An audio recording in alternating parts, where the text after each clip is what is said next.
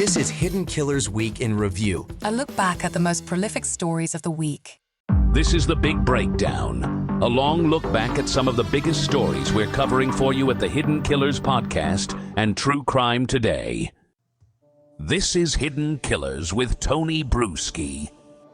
When the central piece of evidence in your case is a bullet casing, has more controversy around it than a pineapple on pizza, you might have a problem.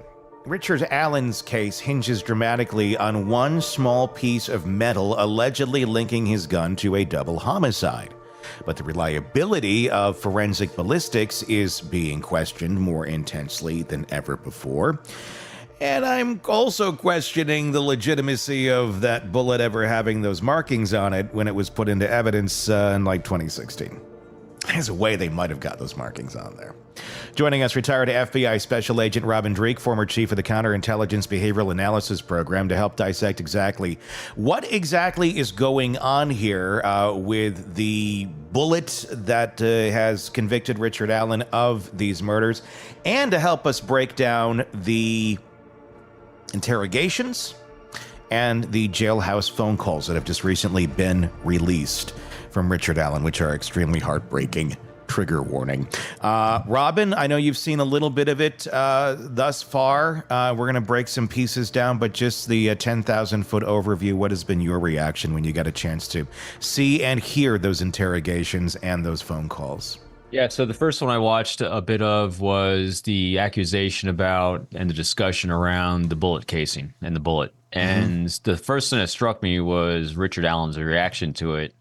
Again, you cannot, statement analysis and behavioral analysis and all these things for truth and veracity is 50-50 at best with the best in the world.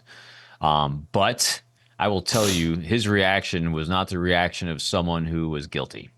And throughout every interview and interrogation with him, throughout the accusation, the thing I'm generally looking for, and we should all look for, we all pick up on, is congruency of tempo. In other words, does your body language, does your verbals, does everything maintain the same consistency? Because they start out with a very open-ended comfort, inducing baselining of asking him his name, verifying his address, doing all these things. So you're getting what his normal looks like. And then as they start escalating the discussion into other areas, you don't see a shift in him.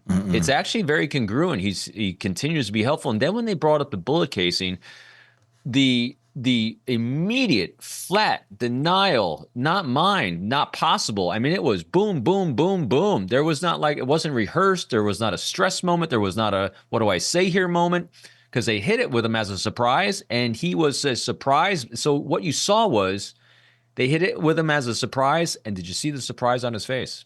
Yeah, not a surprise. Oh, you got me. Surprises, not mine. Yeah, that's what struck me immediately on that one. Everything running through his head, like how on earth? There's no way.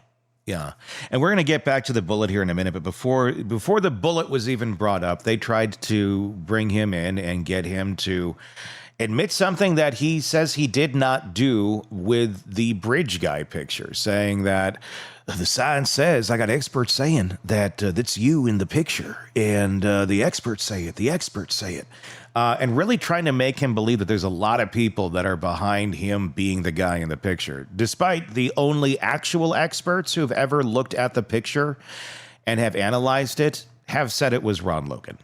No expert has ever said that it was Richard Allen, and they can't say it to any sort of, perfect scientific degree, but some of the experts who actually have looked at it have said Ron Logan, and they know that, but that, eludes them. This is the very beginning. This is right when they bring him in, and they've put the pictures down, and they're saying, we think it's you. Let's take a look at how that all went down in his reactions here. This is the first interrogation. Good luck finding anything that points in that direction. I mean, it's not me. You're not going to make me believe it's me. You're not going to find anything that ties me to those murders. So I'm not really that concerned. You went from trying to, I don't know what you want to say, get my trust, and then slowly lure me into telling you I killed somebody, and I'm not going to do it. I don't know where this change course. I'm not trying to give you a hard time, really not. I just want you to put yourself in the situation where we as police officers are looking at all the evidence that we have and what you've told us right now, okay? Okay, not trying to give you a hard time, just want to make sure that we get everything taken care of here. That's why we wanted to look at the things that we wanted to look at. And that's not going to happen now. I mean, like I said, we're done here. So arrest me or take me home. I understand. So arrest me or take me home. I'm done. This is stupid. Okay. So that day, on that day, you went out there on the bridge, and that you were wearing the same clothing basically the same clothing that this person here is wearing. That's what you think. I don't know how you can tell that that's a black Carhartt coat, which is what I told you, a black or blue Carhartt coat. I'm curious. I mean, obviously, he's staying stable. His story never, ever changes. I got another thing to observe. Yeah. Too, go ahead. Yeah. No, go ahead with what your thoughts are there, because I have another question for you. So in generally non-verbally too is when you, again, these are broad swaths when you're assessing nonverbal behavior. I don't do deep dives of all the micro expressions going on, but you do broad swaths of understanding behavior, what's going on here. So here he is in a situation where the law enforcement officer is telling him he thinks it's him, and that's him in the photo. And so let's look at not just the tempo, because again, Richard Allen's or Ricky, as his wife calls him, body language remains very consistent, very congruent. The tempo's not changing. Look what he's doing. He's leaning in and over. In general, when you are actually the culprit and the bad guy and they're showing you something at you, get nonverbal distancing. There's no distancing he's making from that photo because it's not him. He doesn't feel it's so see what I mean? I said, so that's what it's another one of those little moments where he's not distancing himself physically from what he's being presented. Yeah. Again, nothing is ever conclusive in these things, but it's another data point that says he does not see that as him because he's not distancing himself from it. He's like, that's not me. Go. And that's just one piece of this. And if anybody wants to watch the whole hour some of this initial interview, please do so. It's on the channel. They keep going over and over. And I get there's interrogation tactics in this, but I mean, from your standpoint, I mean, at what point do you go, okay, how many times can we go over this with this guy and he's not changing? They don't seem to be receiving anything that he's giving them. They don't seem to be reacting to anything that he's giving them in an appropriate way. They just keep pounding and expecting different results. And again, You've interrogated people before in a counterintelligence area. This is local police, but what are they doing here? Are they doing this really wrong, or is this normal and how it should be done when interviewing someone of this nature? Yeah, there's a lot of I don't like criticizing anyone because I don't know what their strategy was. I don't know what they were doing. It's not the way I would do it. Yeah. And the other thing that I tell you, the thing that really strikes me the most, because now we're reversing optic. We're no longer thinking and putting ourselves in Richard Allen's shoes and assessing what he's seeing these things for the first time. Now let's put ourselves in law enforcement shoes. Is the behavior of the law enforcement in their interviewing and interrogating him, ask yourself this. Do you feel, because feel is an emotion that we get from observing behaviors around us, do you feel that they believe that he, like in their souls, that they personally believe he did this?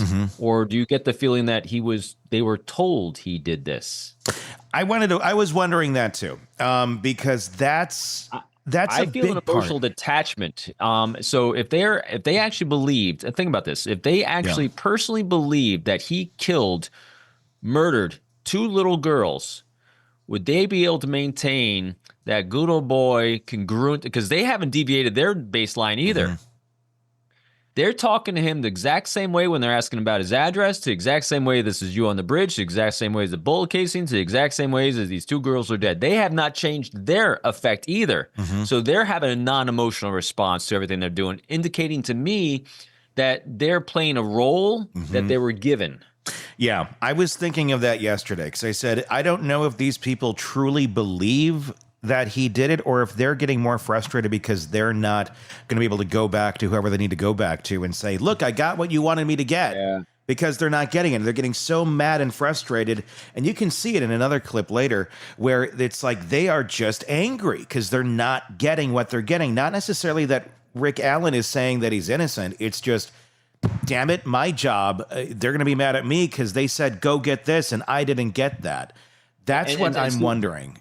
And see, now as an interviewer, I'll go back to that detail you asked too. Is what they keep trying to lead him down the path. Yeah. They're not asking questions to have him explain what this is, explain what this is. Because when you're interviewing someone, what you're doing during an interrogation a lot of times is you are setting up like they did. They did a good job of establishing initial rapport. They did a good job of inspiring him to trust them, and he was very comfortable. And then you start then having them explain away incongruencies of what they're observing, incongruencies of what they're seeing from their data points and their evidence bringing in. Well, can you help me explain then? What they said is, this bullet casing was from your gun. Instead, you rephrase it as like, what do you think is the reason why they said that this bullet casing came from your gun? See what I mean? You reverse it. Instead of making it about what they think, they need to inquire about what it is he can explain away that's being accused of. So it's reversing it, and they never did that once. They only give him the one option of basically admit that you did this. Yes, the entire time. And that's it. And there's no other possible explanation whatsoever. Let's take a look. This is now the second interrogation. So the first one was when they went and questioned him. The initial one actually was back when the girls died, when he raised his hand and said, how can I help? And then they sat on that for 6 years. And then all this time later, they're looking for somebody. And there's somebody up for election, too. So it'd be really helpful if we found the killer. And then they go after him. So there's the initial, way back, the second, which is more current day. And then shortly after that, they get a warrant. They search his house. They take his gun, although keep in mind there was no gun used in this crime. But I get you're searching for you're looking into a murder suspect. You're going to take weapons. And they take his gun out of his house. And then we get back to the second interview, and suddenly there's bullet evidence here. There's this ballistic evidence that a bullet was found at the scene. And I believe there probably was. I think it'd be kind of hard to trace all the way back to the initial murders or fake that this thing was in evidence all that time. But they're saying it came from his gun. How interesting, because that's never been brought up before. Here's more of that. I don't want to be included to begin with. So until the point that you have something that tells you that I did this and you want to subpoena or arrest me or something, I've got nothing to worry about. So I'm not real concerned here, but your attitudes towards me have definitely changed, and I don't like the fact that, it feels more like I'm being interrogated, and that's then you're going to tell me that you've already talked to my wife and my daughter and stuff. Like, how straightforward is that? Well, here's more on the bullets. This here is the second. There's no way possible. There is no way possible that a round from my gun ended up at a murder scene. It's not possible. So something's obviously wrong. Something is wrong. Exactly. We both know what's wrong. I didn't do it.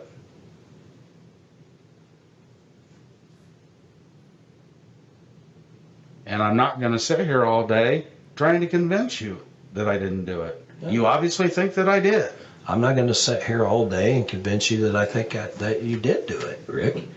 I'm just laying down some of the evidence that we have. Okay. And we're going to get more. I don't think so. I'm only giving you the opportunity to get out in front of this. This is your opportunity.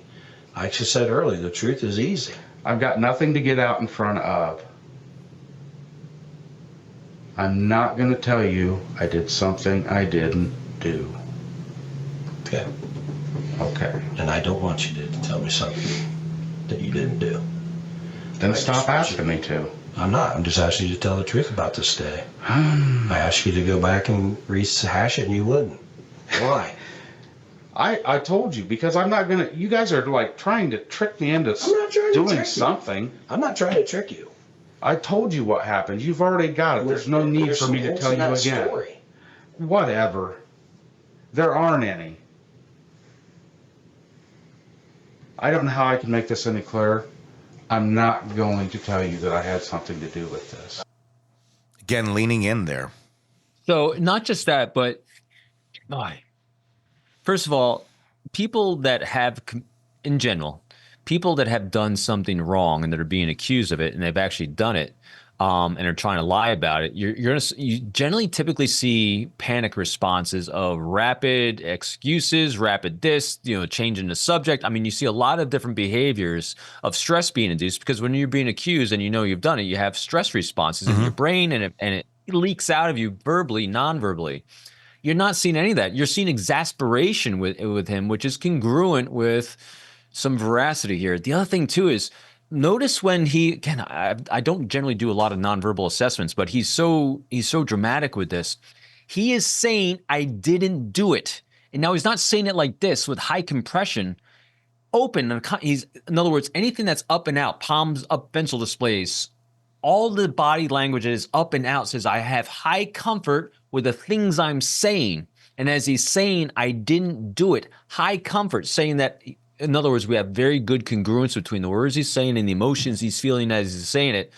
That's why we believe him, because there's congruency, because they are just exhausting him. And that's why so think about this. If you're a bad guy, you've done something wrong, and they keep poking at you, you're thinking, oh, they're not believing me. I have to give them a better story. Oh, they're still not believing. I got to try this story. Let me try this angle. He's not doing that because there's nothing else to tell. He didn't do it. See what I mean? He's not inventing anything because there's nothing to invent around a lie or fictition. Ugh.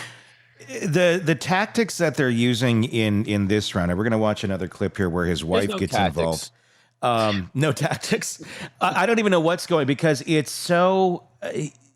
I know in this country they can make things up, right? I mean, there's doesn't seem to be any laws that prevent it, because they're telling him that the experts are saying this, and the experts are, and we have witnesses, and we got this, and we got that, and many things that they don't have, and they never produced in court. Groupthink and social proof is what they're trying to use to convince him to confess to something. But they're making it up. And I know that they can do that here, but I know I've talked to other folks, and I know our listeners and viewers in other countries are always kind of enamored with the way that we interview people or interrogate them, because there's laws over in the UK and such where you can't lie to the person you're interrogating. You can't tell them things that are not true, that you don't factually actually have evidence of, to try and get them or elicit a response. But they do a lot of that here, and they go to his wife and they convince her that this science of this bullet is, bulletproof, pardon the pun, and there's no room for conjecture or anything, when in reality, there's a ton of room for this. There's so many problems with this sort of science. And then they talk to neighbors and they pressure him. And how is that going to elicit any sort of confession from someone who didn't do it? I don't know. It's nothing I've ever done. I've never, Now, Tony, here's what typically will happen. I'll try to bring out a prop for you for this. Okay. So typically, puppets. Are you need a puppet show? Yes. I don't think I was ever allowed to do, during I didn't rely on that kind of stuff, because generally, if I'm going to interview a subject and do a subject interviews, I actually know they're guilty. Yeah. Because I have all the data points. I'm not trying to see if you're guilty. I actually know you're guilty. Sure. So generally, what you'll do is, imagine this is a file. If anyone saw the movie The Matrix, Mr. Smith does it to Neo at the very beginning. So we have a very large file on you, Mr. Neo. So what happens is you can use props, and you can insinuate. In other words, I can insinuate. Like this. Imagine this is like 3 inches thick. Sure. I got a lot of data. I got a lot of evidence talking about the bullet casing. So why don't you tell me in your words what you think is in this file?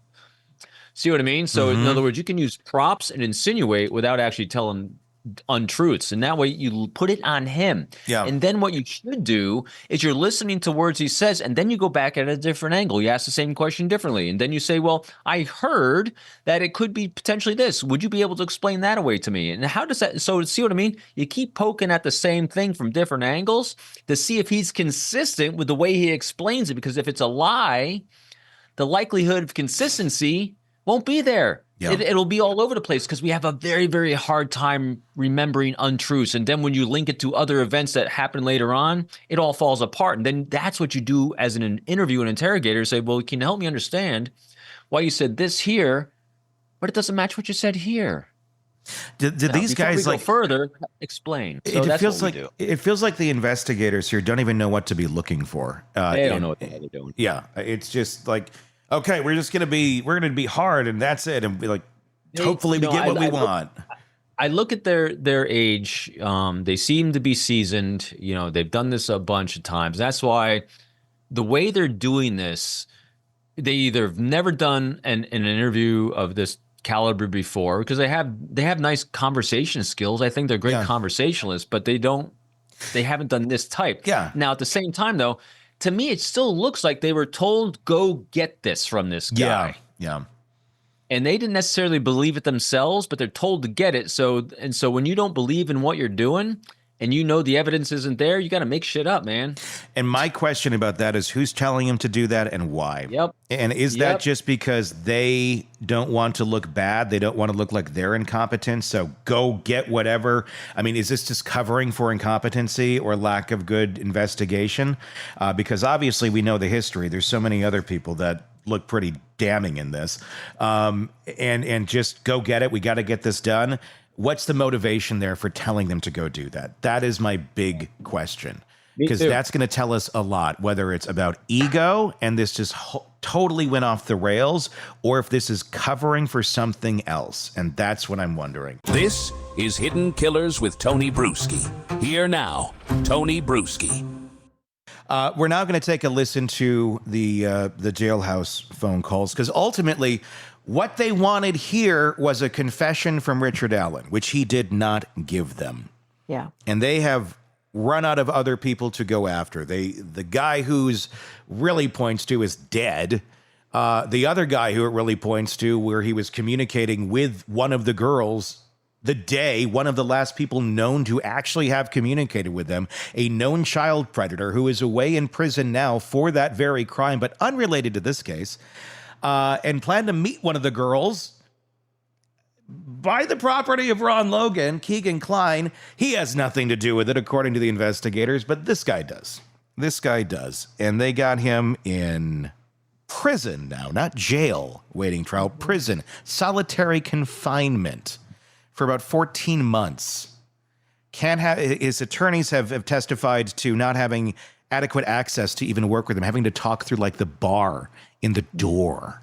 No place where they could sit down and have a conversation with their client for the rights that he's entitled to. And this is what you end up getting. We are going to start listening to Richard Allen in a state before he's totally broken.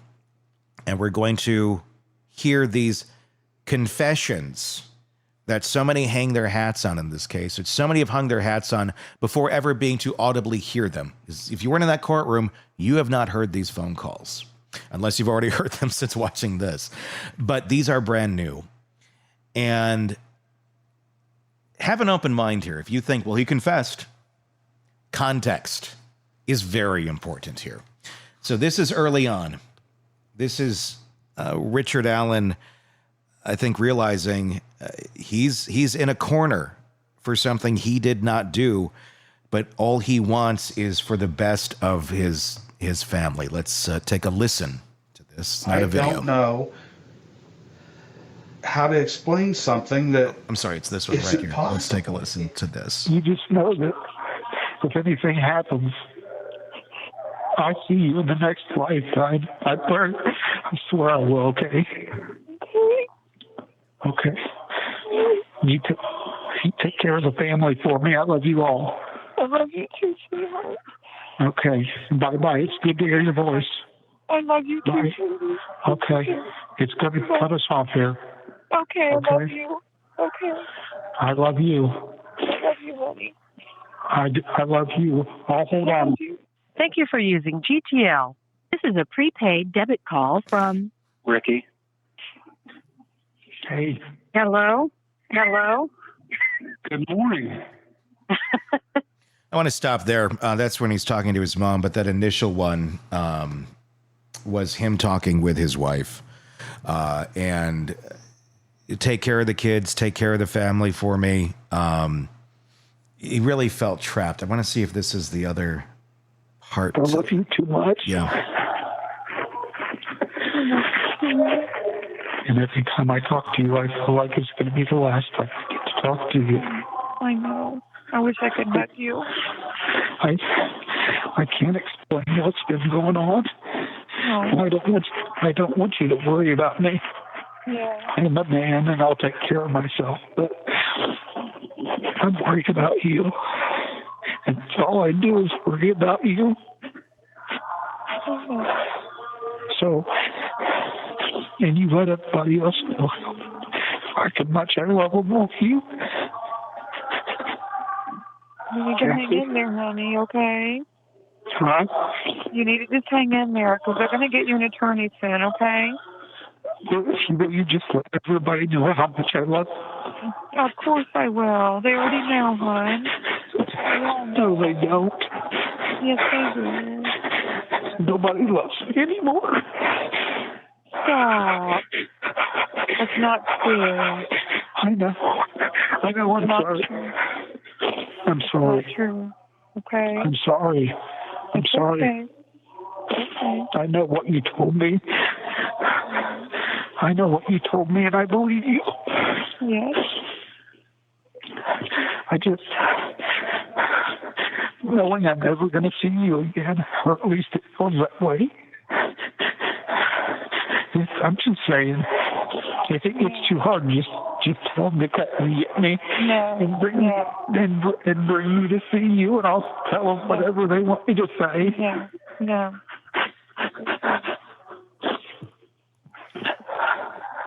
Okay. I don't need you to try and be strong for me. Okay? You need to be weak. You need to be held. You take care of yourself, okay?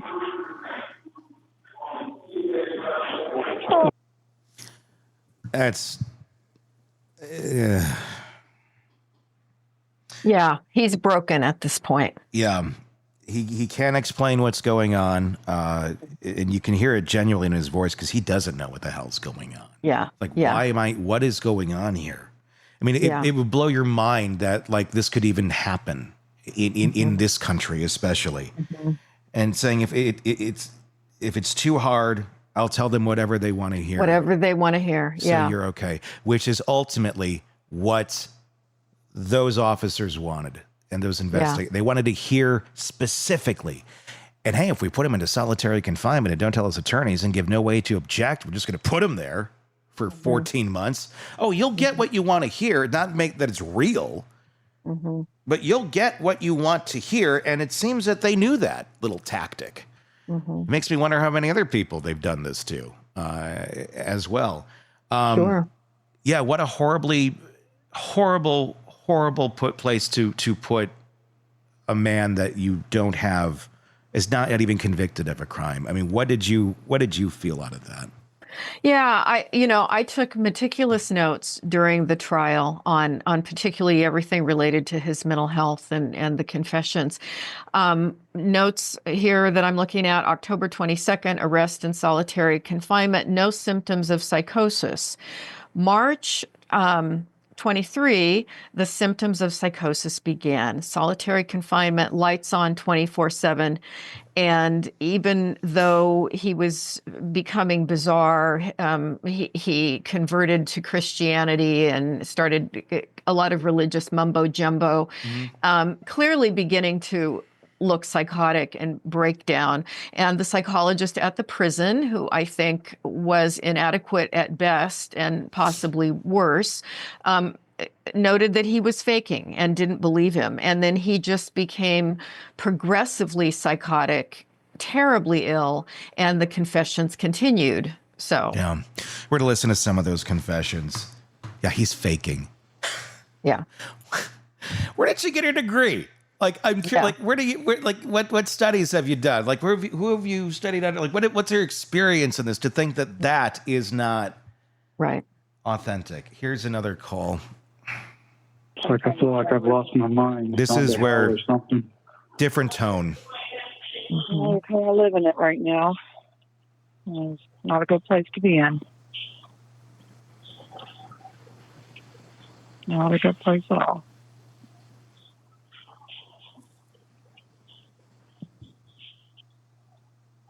and I don't have much say in anything. I'm sure. But you know that I done it, right? Yeah, I don't want to talk about that. Okay. Want to have a good conversation between us?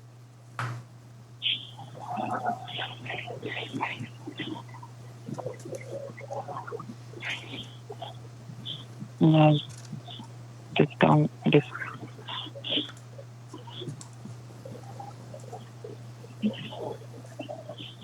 it doesn't matter what I think, but Of course it does. Just in a really frustrating spot right now. right. I said I'm just in a really frustrating spot right now. Mhm. And I know that that's nothing compared to where you're at. So I'm not trying to. No, no, your side is a lot worse than mine. I have freedoms that you don't have, so I'm not going to go there.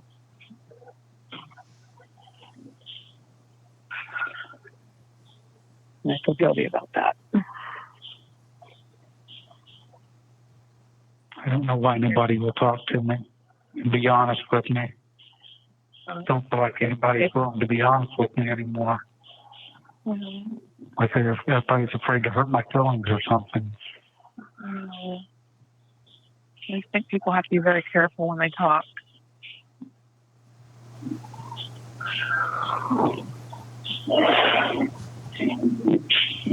We all do. Yeah. Of course, nobody ever answers. You have to go to voicemail.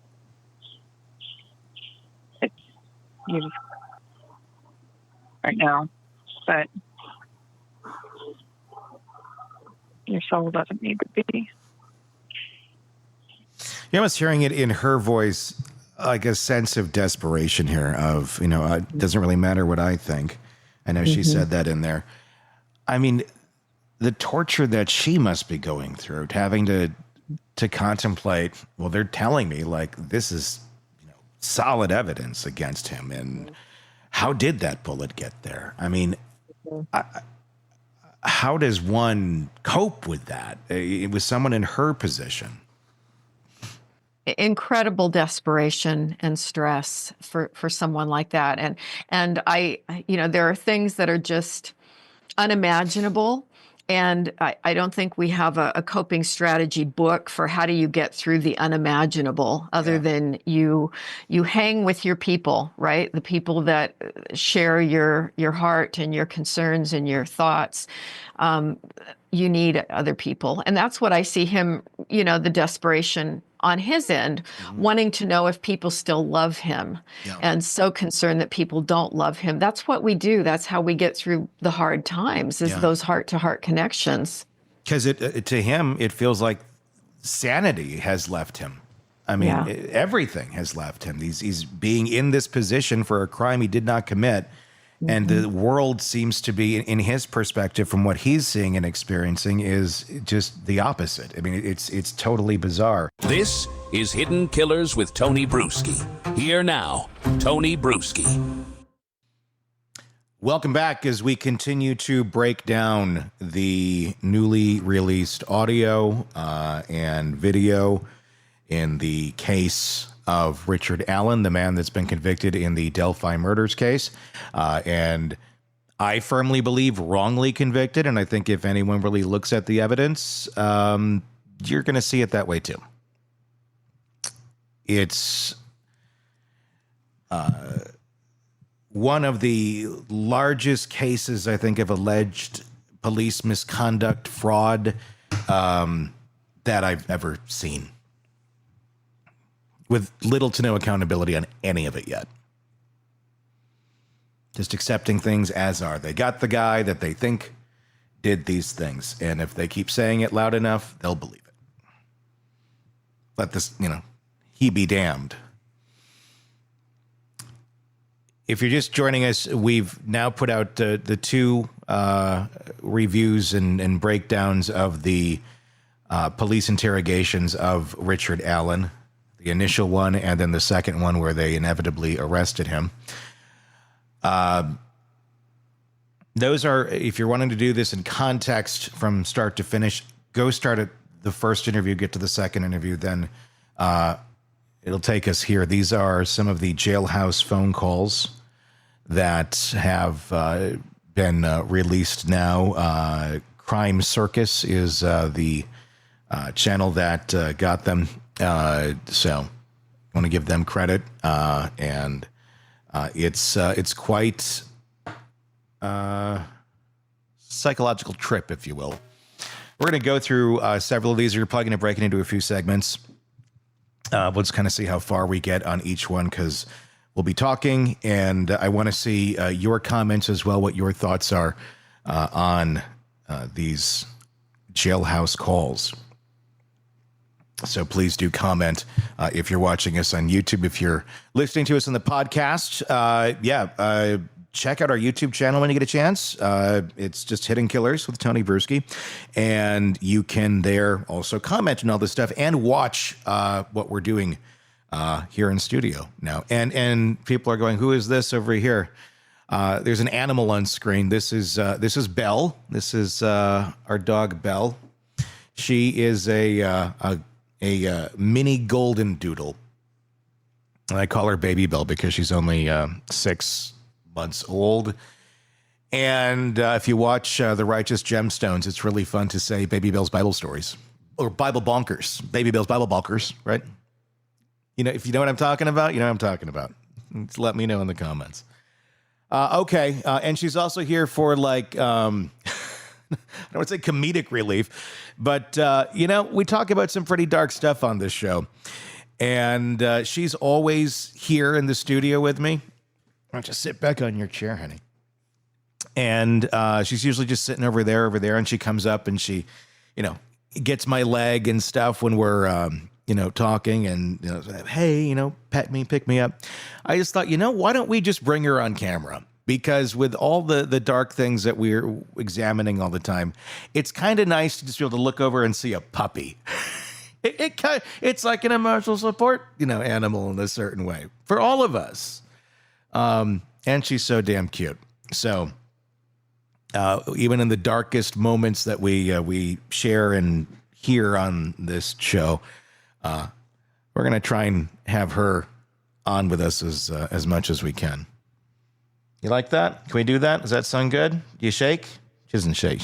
I haven't really taught her anything. She's still kind of working on making it out the door to go number 2. She's got pretty good on 1. But that's where we're at. Okay, let's go here into the phone calls. This is going to be in order. This first one, November 14th of 2022, and these are going to be where we're going to hear the false confessions after being in solitary confinement and basically losing your mind. He's eating poop around this time. Mm-hmm. And running headfirst into walls. Like the guy we saw earlier would do. Or not at all. Notice the similarity and difference in his voice. Inmate at the Indiana Department of Corrections, Westville Correctional Facility. Hey, are you there? Hey, yeah. Hey. Okay. I'm sorry, hon. I'm trying to keep this together. Yeah, hon. I don't want to upset you anymore. All I want to do is be able to help you. Okay? Yeah. So, I'm not saying anything, but if it gets to a point that it's too much, you just need to call the investigators and tell them to come and get me and bring me to you, and I'll tell them whatever they want me to tell them, because whatever it is they want me to say, I'll just say it. So I want to be able to make this happen. And for everybody else that's hurting because of this.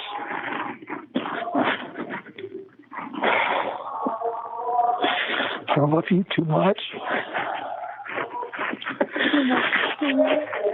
And every time I talk to you, I feel like it's going to be the last time I get to talk to you. I know. I wish I could hug you.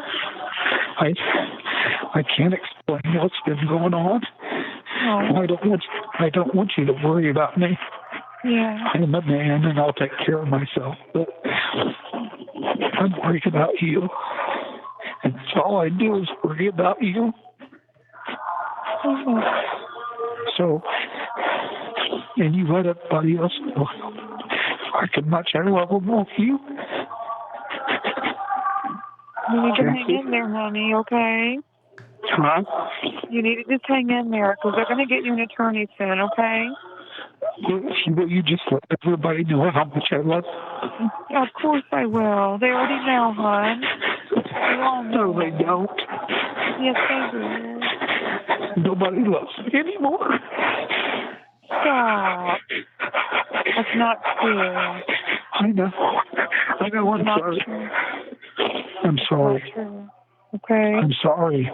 I'm sorry. Okay. I know what you told me. I know what you told me, and I believe you. Yes. I just, knowing I'm never going to see you again, or at least it feels that way. I'm just saying, if it gets too hard, just tell them to cut and get me, and bring me to see you, and I'll tell them whatever they want me to say. Yeah. No.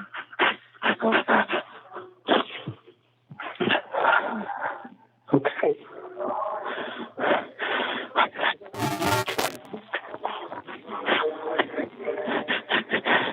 You need to be weak. You need to be held. You take care of yourself, okay?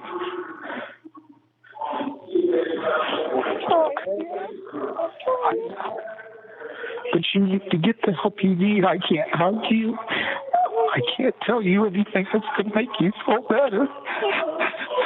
So please just make sure if you need Mom or Brett or anybody that you're going to them, don't wait. Okay, I know. Did you go back to work? No. Okay. They don't want me there. They don't? They're afraid for me. Oh, okay. That's okay. Wait for themselves, so. Okay. Just do the best I understand. Yeah. I'm sorry, baby. You have 1 minute remaining. I'm sorry, baby. Just one more thing I fucked up for you. I just love you so much, babe. I love you too, Mommy. Okay, I'm not gonna keep calling. No. I wish I could see you, babe. You don't know what I'd give to see you just one more time. Because I don't know that I'm gonna make it. But you just know that if anything happens, I see you in the next lifetime. I swear I will, okay? Okay.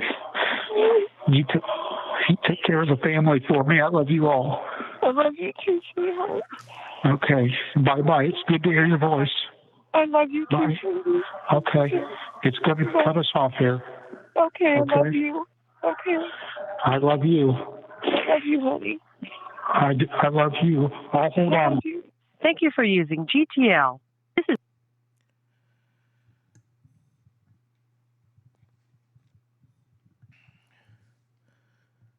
Are you proud of yourself, Delphi? Are you proud of yourself? Talking to you. Talking to everybody on your ragtag Keystone Cop police force. Everybody was involved in railroading this man. Are you proud of yourself? Are you happy with yourself? Do you think you did the right thing?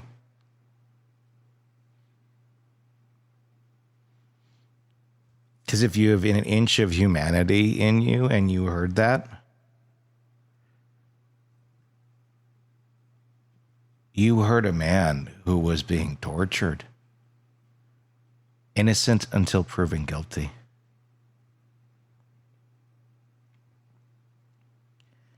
And before he started saying, I did it, I think I did it, he said that before they completely broke him. He said, I'll say whatever to protect you.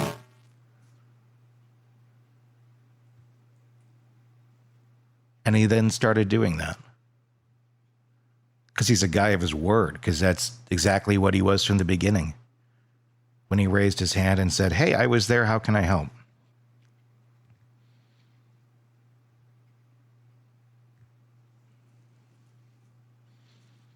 And yet, the disgusting swine that infest the Delphi police force and court system.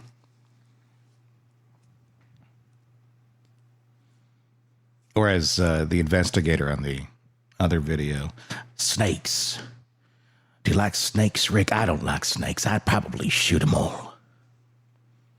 You got to go back to that other video to see that. So these are going to be heartbreaking, I'm going to guess. And that's just call one. Some of these are a little shorter than others. Some are a little bit longer. So we'll just kind of play it by ear as far as how long we do a segment. Let's do another one. Yeah.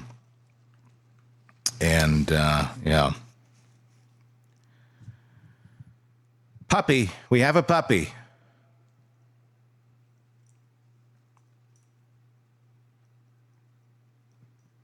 Look at the puppy when you're feeling sad. Or just feel it and know that you're a human being and you have empathy. These people who put him away, they don't have it. Can you imagine a life without it? How devoid that must be of experiencing the best parts of life. Worst parts of life, if everything is just kind of You can't feel the connection with another human being because you don't have that empathy. You look at a lot of those people and you go, these are monsters. And, you know, when used incorrectly, that certainly can be. But not all people like that are monsters. You know, there's some that just really live a sad life. And you got to feel bad for that.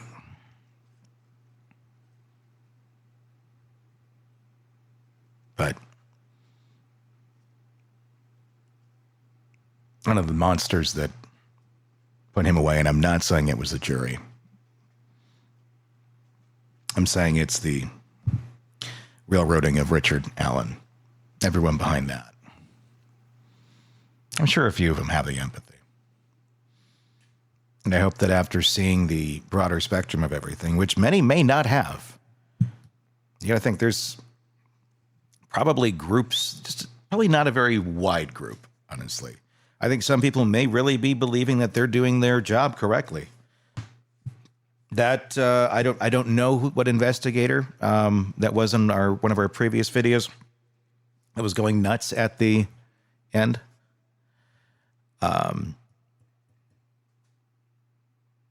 If maybe the evidence that was shown to him said this and he had nothing to do with anything, maybe he was just, it's not a very good interrogator, I'll give him that. But I think there's plenty of people in this that think they are doing the right thing. I do think that does exist because they are believing the people that they trust. And we can all be in situations with people that we think we trust, and then you learn later, oh my God, maybe not so much. It's about being aware of that, though. But I do think there's something going on here. Let's go to that next call and keep listening. This is a prepaid debit call from Ricky. Hey. Hello? Hello? Good morning. Yeah. How are you? Good to hear from you. Good to hear from you. Yeah. Been trying to get a hold of Kathy all morning, but this stupid phone system doesn't seem to be working right about half the time. It cut us off Friday, didn't it? Friday. Yeah, I'm sure it did. I got a hold of her once today, and then it cut us off before I had a chance to really talk to her, and I haven't been able to get her back since. So. Okay. I was just curious to see if it would let me through to you. So that's good. They had a lot of real bad storms. Oh, in Delphi or? In all of Indiana. I just want to note to anybody listening that echo is not us. It's the actual audio from the source. So let's keep listening. All of Indiana. There was tornadoes and everything. I thought I heard something about tornadoes. I know we had a little bit of hail at one point, but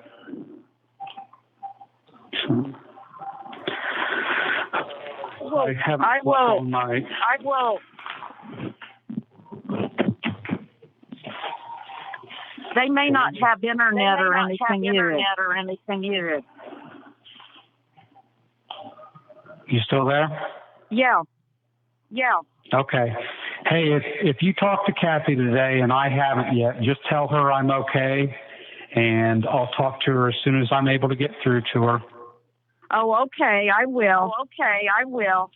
Hey, are you going to church today? Yeah. Good. Where are you going to church at? I didn't even know you were. It's Story Church. It's there at the Roxy Theater in Peru. Really? Why there? What made you decide to go there?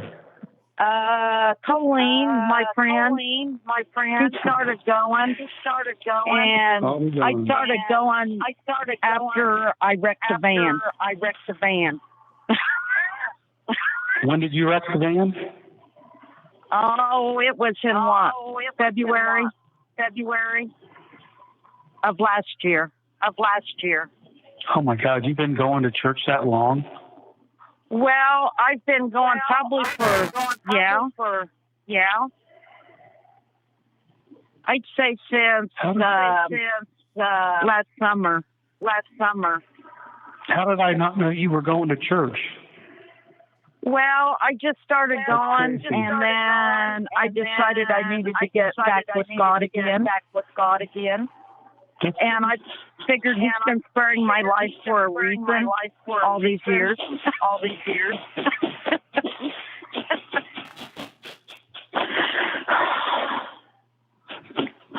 That's good to hear. Yeah, and I'm glad that I did, because I wouldn't have made it through all this without Him. Yeah. So, did Kathy tell you that I told her the other day that I accepted the Lord Jesus Christ as my Savior? Oh no! That's so wonderful. Oh. I didn't know she told you or not, but God's really important to me right now. I just, to hear you say that you've been going to church for that long again just makes me happy. It makes me happy. And that Kathy's going and all that. Okay, well, I could go on all day, but I'm going to try to get a hold of Kathy again, and if not, then I'm going to fall asleep at some point because I haven't slept. So This is a Crime Circus presentation. Hopefully I can get a hold of her before I fall asleep, but if not, I know that I've talked to you and that you'll let her know that I'm okay now. I will. I will. I've got a family that's always going to love me no matter what, and yes, you do. I've got God, so, and I know that Kathy's got God, and you've got God, and yeah, that's good enough for me. So, yeah, I know that He is not going to let this last forever, and no, He's not. We're all going to be back together eventually. Yeah. He'll make that happen. It may be today, it may be tomorrow, it may be 6 months from now, it may be when we're together again in heaven, but it's going to happen. And I just think God's going to work a miracle through all this. Yeah, I think He already has. I mean, Kathy sent me a Bible. I didn't accept God into my life until March 21st of 2023. So that's a week ago, week and a half. Mm-hmm. Yeah. And I never would have done it if I hadn't started reading the Bible. And I wouldn't have read the Bible if Kathy hadn't sent it to me. And she's been trying for a long time to get one to you. And I questioned, when I called her and tried to tell her that I had accepted God, I struggled to know if it was really this Bible and if this was actually a Bible, because I don't know if you know this or not, but the Bible that she got me doesn't even say the Holy Bible on it, on the front. Yeah, but it's just worded so you can understand it better. Sure. I didn't know if you knew that. And just on the front it says the message. So after I accepted God into my life or accepted Jesus Christ as my Savior and and got into my life and told Kathy that, she told me that first she had to convince me that I was actually reading the Bible. Yeah. And then I asked her where she got the Bible from, and she said that Dr. Frank had given it to her. Yeah. And so today I was calling her because I wanted to make sure that the next time she saw Dr. Frank, I wanted her to thank Dr. Frank for saving my life. Oh. By giving her a Bible. Yes. Because otherwise, I probably wouldn't have a Bible today. Yeah. She had been trying to see if one of the lawyers could get one to you and that. But she really wanted you to have the ones she'd been reading. Okay, well, I'm going to go now and try to get hold of Kathy, and if not, hopefully I can get a hold of her tonight, because I'm probably going to fall asleep at some point. Okay. I love you. I love you too, Mom. Bye. Mm-hmm. Bye. The echo there was, like I said, part of how the audio came out. So we heard the first call from Richard with Richard and his wife, Kathy, and that was him and his mom. Again,